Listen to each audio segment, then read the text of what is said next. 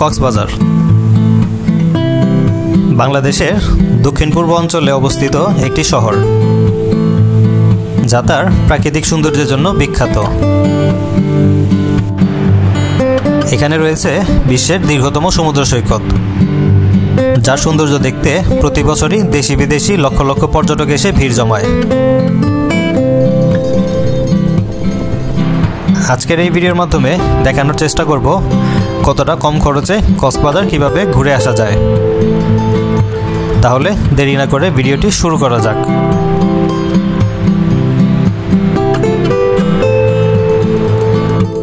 কক্সবাজার যাওয়ার জন্য ঢাকার সায়দাবাদ থেকে এসি নন এসি বিভিন্ন ধরনের বাস পেয়ে যাবেন। ভাড়া নিবে জনপ্রতি 800 থেকে 1200 টাকার মাঝে। আমরা রাত 12টার গাড়িতে কক্সবাজারের উদ্দেশ্যে রওনা হই সেন্ট মার্টিনের একটি এসি বাস দিয়ে, যার ভাড়া পড়েছে 1000 টাকা।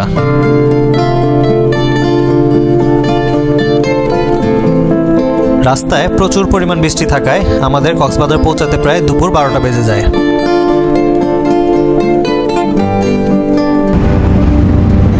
রাত্রে একটা গাড়িতে রওনা দিছি, আর এখন বাজে দুপুর 12টা।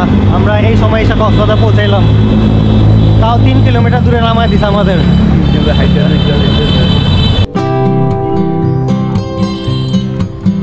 ডলফিন মোড় পৌঁছাতেই এমন অনেক রিক্সা এবং অটো আপনাদের ঘিরে ধরবে কম টাকায় হোটেল ভাড়া নিয়ে দেওয়ার জন্য, কিন্তু তাদের কথায় কান না দিয়ে নিজ দায়িত্বে হোটেল খুঁজে নেওয়াটাই উত্তম হবে। আমরা একটি রিক্সা ভাড়া নিয়ে সরাসরি চলে যাই সুগন্ধা পয়েন্টের ব্লক বি রোডে, যেখানে কম বাজেটের বেশ ভালো মানের কিছু হোটেল এবং খাবারের রেস্টুরেন্ট রয়েছে। 2-1টা হোটেল ঘোরাঘুরির পর আমরা 2 দিনের জন্য এই হোটেলে একটি রুম ভাড়া নিয়ে নেই, যার প্রতিদিনের জন্য ভাড়া হচ্ছে 1200 টাকা। আমাদের রুমটি ছিল 6 তলার 603 নম্বর রুম। নন এসি হওয়া সত্ত্বেও রুমটিতে পর্যাপ্ত আলো বাতাসের ব্যবস্থা ছিল এবং রুমটিও ছিল বেশ সাজানো গোছানো। প্রায় 3 থেকে 4 জন এই রুমে শেয়ার করে থাকার মতো ব্যবস্থা রয়েছে। তাছাড়া এই রুমের বিশেষ আকর্ষণ ছিল এই রুমের বারান্দা থেকে সমুদ্র দেখা যায় এবং সুগন্ধা বিচও একেবারেই কাছে।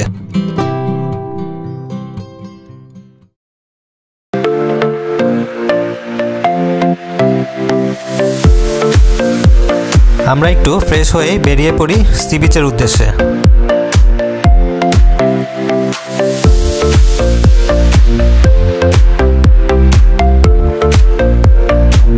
বর্তমানে এই সি বিচে লকারের ব্যবস্থা রয়েছে।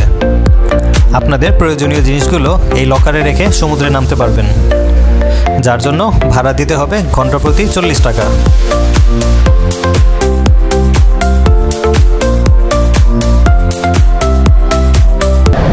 ঈদের ছুটি এখনো শেষ হয়নি, কক্সবাজারে প্রচুর পরিমাণ লোক এখনো ঈদের ছুটি কাটাচ্ছে।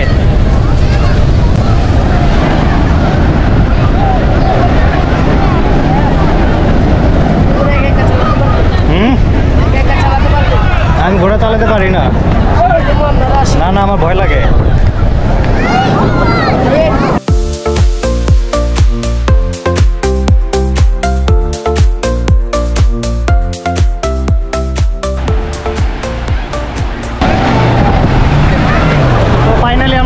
চলে আসছি সমুদ্র পাড়ে। অনেক লোকজন আজকে এখানে, প্রচুর লোক এখানে আজকে, ক্রাউড অনেক বেশি।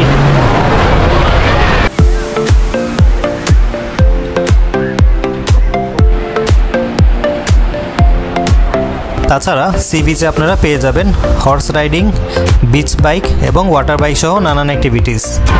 কত করে নেন ভাইয়া? বড় রাইড কত? ছোট রাইড কত? ছোট রাইডের 600 টাকা। হ্যাঁ, 2জন 600 টাকা। ছোট রাইড, বড় রাইডের 1200 টাকা। 1200 টাকা। বড় রাইড করতে কত ডিস্টেন্সে নেবেন? এই যে আমাদের একটা নীল পানি আছে মিডলে, একদম মিডলে যাবে, সাগরের মিডল পর্যন্ত। ওইটা 2জন 1200 টাকা, একদম 600 টাকা। এখানে শর্ট রাইড নিলে আপনার 300 টাকা, আর বড় রাইড নিলে 600 টাকা পার হেড। ভাইয়া এই টিপগুলো কী হিসাবে ভাড়া দেন? ঘন্টা কত টাকা? 100 টাকা ঘন্টা। নাকি বিভিন্ন সাইজের, নাকি যে কোনোটাই একই দাম?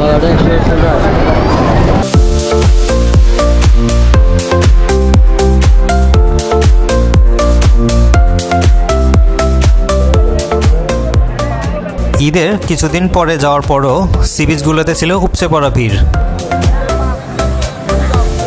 তবে বর্তমানে কক্সবাজারে সি বিচগুলোতে নিরাপত্তা বেশ জোরদার করা হয়েছে, যা আমার কাছে খুব ভালো লেগেছে।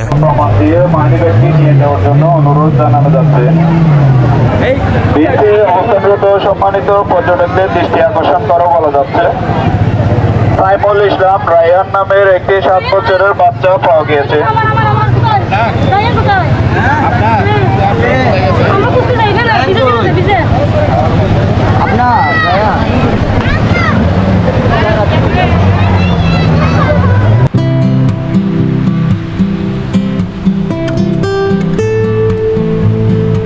সুগন্ধা এবং লাবণী পয়েন্টের কোলাহল থেকে মুক্তি পেতে আপনারা চলে যেতে পারেন কলাতলি সি বিচের কাছে, যেখানে আপনারা পাবেন কোলাহল মুক্ত শান্ত একটা পরিবেশ। সমুদ্রের পাশ দিয়ে হাঁটতে অন্যরকম একটা ফিলিংস কাজ করে, আর এই ফিলিংসটা একমাত্র কক্সবাজার সমুদ্র সৈকতে আসলেই বোঝা যায়।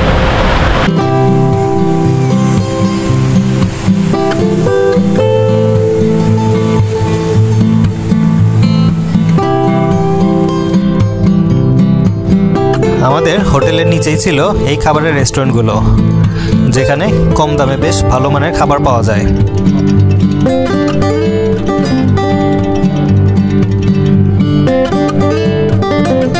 দুপুরের খাবারের জন্য আমরা নিয়েছিলাম গরুর কালো ভুনা ও রূপচাঁদা ফ্রাই, সাথে ভাত ও ডাল আনলিমিটেড ছিল।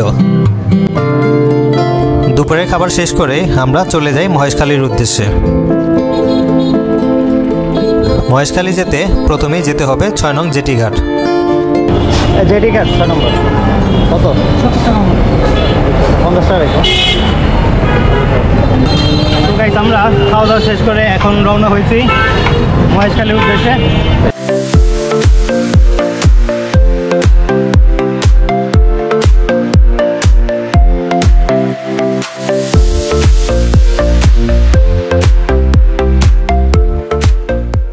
মহেশখালী বোট কজন? দুইজন চলে মহেশখালী যাওয়ার জন্য এখানে জেটিঘাটে 20 টাকা করে টিকিট কাটতে হয়, তারপর জেটিঘাটে প্রবেশ করতে হয়। 20 টাকা দিয়ে টিকিট কেটে জেটিঘাটের ভিতরে পেয়ে যাবেন অসংখ্য স্পিড বোট। আপনারা কয়জন? দুইজন। ওই মহেশখালী কত কত কটা? 95 টাকা। 95 টাকা। তো আমরা স্পিড বোটে উঠে গেছি মহেশখালীর উদ্দেশ্যে, আর এখানে স্পিড বোটে ভাড়া লাগতেছে আমাদের 95 টাকা। আর এখান থেকে মহেশখালী যেতে সময় লাগছে অলমোস্ট 15 থেকে 20 মিনিট।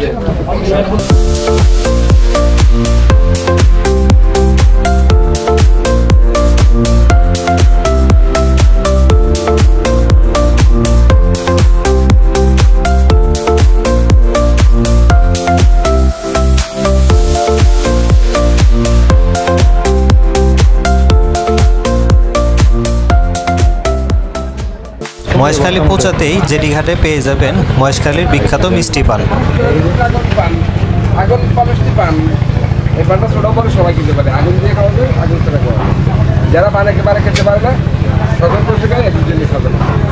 কত করে পান আপনাদের? আপনার আগে 10 টাকা আছে, 20 টাকা আছে, একবার সবগুলো 30 টাকা। এগুলা 30 টাকা? হ্যাঁ, এটা আগুন দিয়ে খাওয়া যায়, আগুন ছাড়া খাওয়া যায়। এগুলো 20 টাকা? হ্যাঁ। আর এটি 10 টাকা? আগুন দিয়ে দেন তো দুইটা। আগুন দিয়ে না, একটাই। আপনি না, আমি আপনার ভিডিও করি। আই মিষ্টি পান আগুন পান কেন হসকালে বিকেল হচ্ছে আগুন পান। আগুন পানষ্টি পান কেন হসকালে বিকেল হচ্ছে আগুন পান। আগুন পানষ্টি পান কেন হসকালে হচ্ছে আগুন পান। চালু করে আই মিষ্টি পান আগুন পান কেন হসকালে বিকেল হচ্ছে পান। দেখেন আমার মুখ আগুন পানষ্টি পান কেন আগুন পানষ্টি হসকালে বিকেল হচ্ছে পান। আগুন পানষ্টি পান কেন আগুন পানষ্টি হসকালে বিকেল হচ্ছে পান। আগুন পান বলো আগুন। আগুন পানষ্টি হসকালে আগুন পান। কেমন টেস্ট? হ্যাপি? আপনি কি আগুন ছাড়া খাবেন? আগুন ছাড়া খাওয়া তো আগুন দিয়ে খাওয়া। না, আগুন দিয়ে খাবো। ভিডিও চালু করেন, বাইকে দেন, ভিডিও চালু করেন। সো গাইস, আমি এখন আগুন পান একটা ট্রাই করে দেখি। পান খাওয়ার কোনো অভ্যাস নাই, তারপরও দেখি কেমন হয়। ভিডিও আই মিষ্টি আগুন পান কেন হসকালে বিকেল আসছে পান।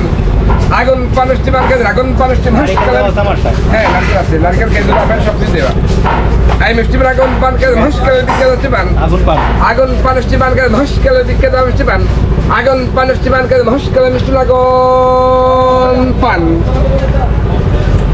চাবান শুধু মিষ্টি পান চা নষ্ট না আমাদের পান তো গাইস এখানে মহেশখালী যে কয়েকটি স্পট আছে এগুলো ঘুরে দেখার জন্য আমরা এই অটোটা ভাড়া করছি পিছনে সবগুলো স্পট ঘুরে দেখাবে আর আমাদের এখানে এসে ড্রপ করে দিবে এর জন্য ভাড়া লাগছে আমাদের 400 টাকা চলুন ঘুরে দেখে আসি মহেশখালী স্পটগুলো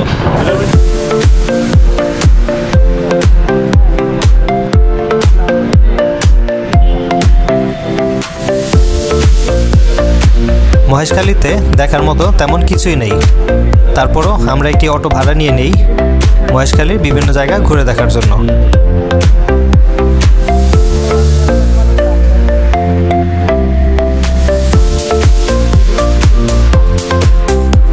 আমাদের প্রথম গন্তব্য ছিল মহেশখালীর শুটিং ব্রিজ। শুটিং ব্রিজের দুই পাশের পরিবেশটা অনেকটাই সুন্দরবনের মতো দেখতে মনে হয়।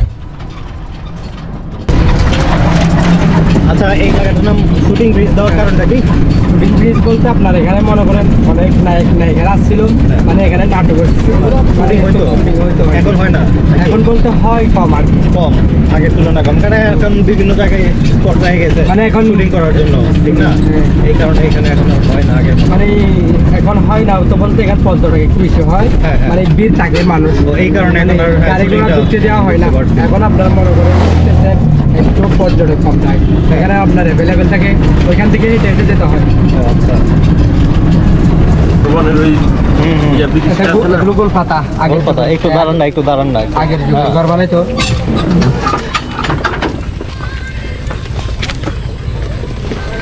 এই জায়গাটা অনেকটা সুন্দরবনের মতোই দেখতে, আর এখানে অনেকগুলো গোল পাতাও আছে, চলেন দেখাই। এই যে গোল পাতা, এগুলা দেখতে খুবই সুন্দর লাগে। এখানে বাঘটা কাছে কিনা বলতে পারি না।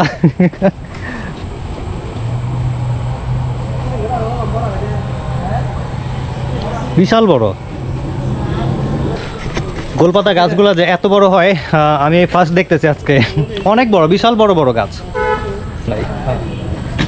এখানে পরিবেশটা খুব সুন্দর লাগছে, মানে অনেকটা সুন্দরবনের মতোই। আপনার জোয়ার, আপনার আমাদের এখানে জোর ডালা হয়, মানে জোর সময় পানি ওই পর্যন্ত উঠে যায়, এত উপর পানি উঠে। এখন ডালা তাই পানি এখানে উঠে না, পানি একবারে শুকিয়ে গেছে, শুকিয়ে গেছে। এই যে দেখাই দিতেছে এই জায়গাটা ভিজা। আবার এখানে যদি আপনার শীতের সময় আসেন, নৌকা নিয়ে জঙ্গলে ঘোরা যায়, তাই ছোট ছোট নৌকা আছে আমাদের এখানে। তাহলে শীতের সময়, শীতের সময় নৌকা এখানে পানি কি থাকে? আপনাদের এখানে তো অলরেডি বছর কি বছর পানি থাকে, প্রতিদিন জোয়ার ভাটা হয়। এইখানে পানি আবার কবে আসবে? এখানে পানি বল আবার রাত্রে চলে আসবে। রাত্রে চলে আসবে, তা নৌকা দেখি রাত্রে ঘুরতে হবে। রাত্রে বলতেন না, আপনার মনে করেন সকালে আসতেন, তাহলে নৌকা নিয়ে আসলে পাওয়া যেত। এখন তো পানি।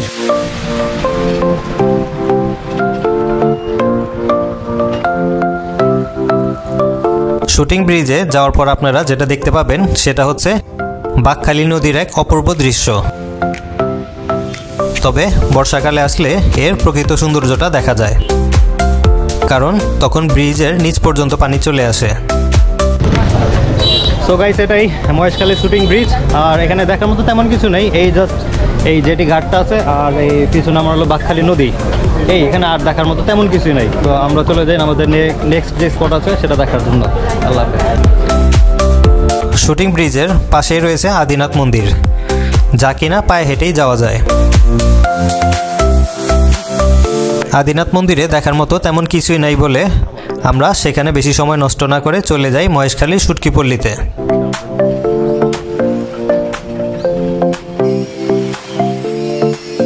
কিছু নাই, হ্যাঁ শুটকি হ্যাঁ গাড়িতে তুলে দিছেন? আচ্ছা আচ্ছা। সো আমাদের ব্যাড লাক, মানে এখানে এসে আমরা কোনো শুটকি দেখতে পারিনি। তো দেখাই যে এই জায়গাতেই শুটকির চাষ করা হয় আর কি। চাষ বলতে কি, শুটকিগুলো শুকানো হয় মাছগুলোকে। এই যে এই জায়গাটাতে একদম পুরো খালি, এখন কিচ্ছু নাই, একটা শুটকিও নাই, একদম খালি। প্রায় 2 ঘন্টার মতো মহেশখালীতে ঘুরে বেড়ানোর পর আমরা রওনা হই কক্সবাজারের উদ্দেশ্যে।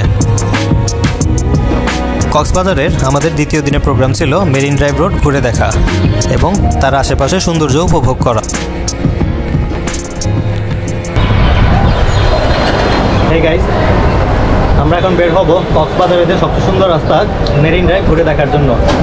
তো এখানে 2 জনের জন্য সবচেয়ে বেস্ট হলো বাইক দিয়ে ঘোরা। তো আমরা দেখি যদি বাইক ভাড়া নিতে পারি একটা, সেক্ষেত্রে বাইক নিয়ে নিব, আর না হয় অটো অথবা সিএনজি দিয়ে ঘুরে দেখাবো। ঠিক আছে, লেটস গো।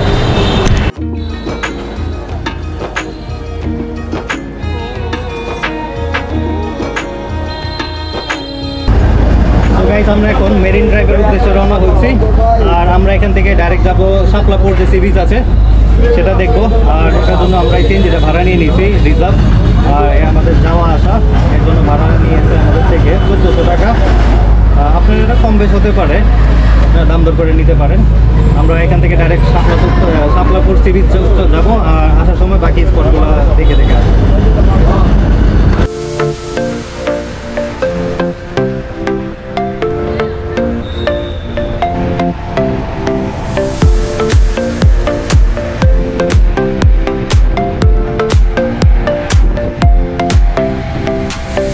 কক্সবাজার থেকে টেকনাফ পর্যন্ত মেরিন ড্রাইভ রোড বাংলাদেশে অন্যতম মনোরম ও আকর্ষণীয় একটি সড়ক। এটি বিশ্বের দীর্ঘতম সমুদ্র সংলগ্ন ড্রাইভওয়ে হিসেবেও পরিচিত। এর প্রাকৃতিক সৌন্দর্য এতটাই মনোমুগ্ধকর যে এখানে একবার যাত্রা করলে মনে গেঁথে থাকবে দীর্ঘদিন। ডান দিকে অপার বিস্তৃত বঙ্গোপসাগরের নীল জলরাশি, আর বাঁ পাশে রয়েছে সবুজে ঘেরা উঁচু উঁচু পাহাড়, যার মাঝে মাঝে দেখা যাবে ছোট ছোট ঝাউ বাগান এবং নির্জন সমুদ্র সৈকত। এক কথায় মেরিন ড্রাইভ রোডের সৌন্দর্য অতুলনীয়।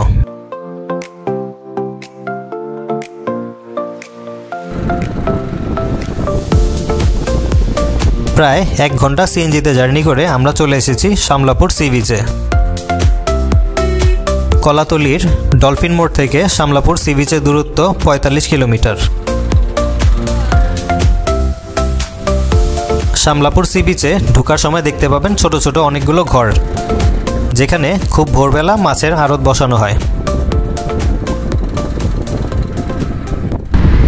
সো গাইস, আমরা এখন চলে আসছি কক্সবাজারে খুব নির্জন একটা জায়গা। এখানে খুব অল্প সংখ্যক লোকই আসে।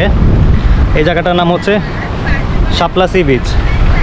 ওই মেজর সিনহার যেখানে মার্ডার হয়েছিল মেন রোডের পাশ দিয়ে এই সি বিচটা। আর এই জায়গাটা খুবই সুন্দর। চলে ভিতরে গিয়ে আপনাদের দেখাবো।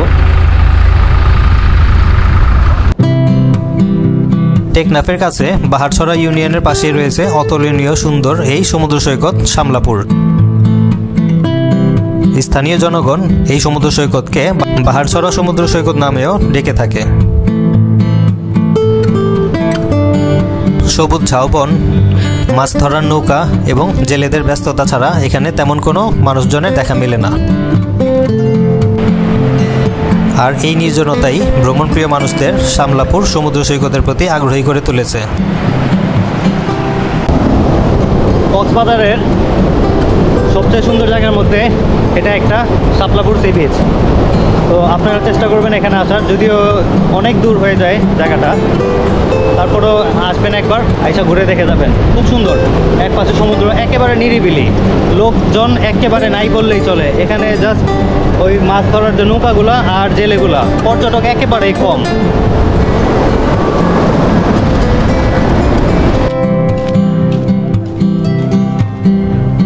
জেলেদের মাছ ধরার নৌকা এবং নৌকা থেকে মাছ নামানোর দৃশ্য একদম কাছ থেকে একমাত্র এই শামলাপুর বিচ থেকেই দেখা যায়।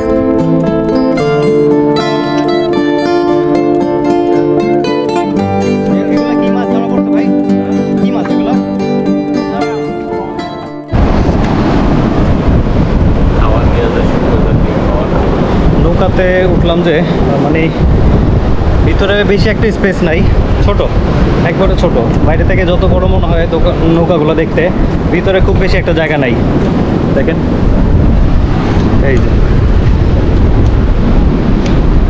এই এখান থেকে এই পর্যন্ত শেষ, কিন্তু বাইরে থেকে বিশাল বিশাল মনে হয়, দেখতে অনেক বড় মনে হয়।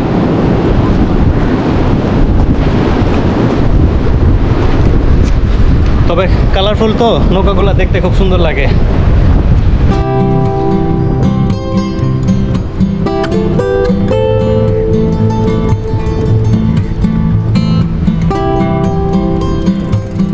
বেশ কিছু সময় শামলাপুর সি বিচে কাটিয়ে আমরা চলে যাই পাটুয়া টেক সমুদ্র সৈকতে।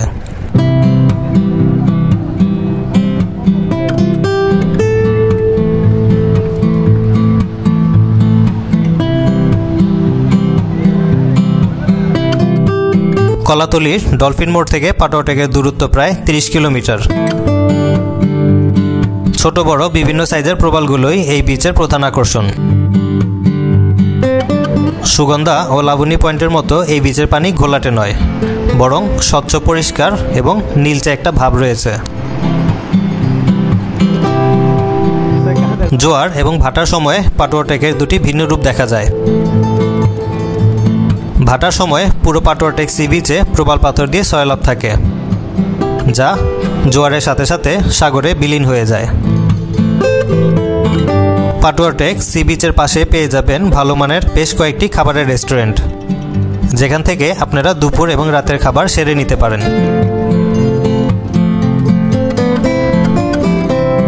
দুপুরের খাবারের জন্য আমরা বেছে নিয়েছিলাম ফাইন ডাইনিং নামের এই রেস্টুরেন্টটি। দোতলা বিশিষ্ট এই রেস্টুরেন্টটির ইন্টেরিয়ার যে কাউকেই আকর্ষণ করবে।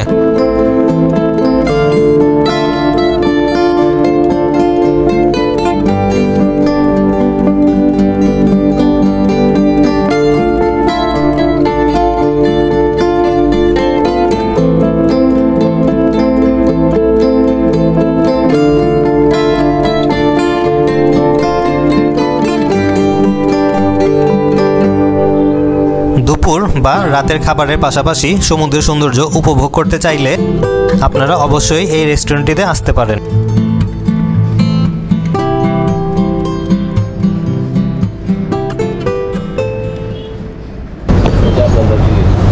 আমরা এখন লাঞ্চ করার জন্য আসছি ফাইন ডাইনিং রেস্টুরেন্টে, এটা হচ্ছে পাটুয়া টেকে।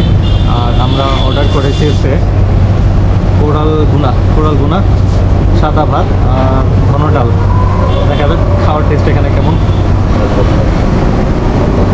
তো মাছ ভর্তাও আছে সবাই। তো এটা হচ্ছে আমাদের কোরাল মাছ ভুনা, আর এটা হলো মাছের ভর্তা, ডাল ঘন ডাল মনে হয় পাতলা পাতলা মনে হয়।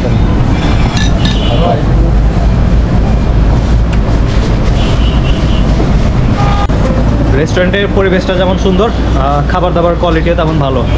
মোটামুটি আলহামদুলিল্লাহ খাইছি, ভালোই লাগছে। প্রাইস হিসাবে রিজনেবল ছিল, খাবার ভালো। আপনারা আসলে এখানে খেয়ে যেতে পারেন।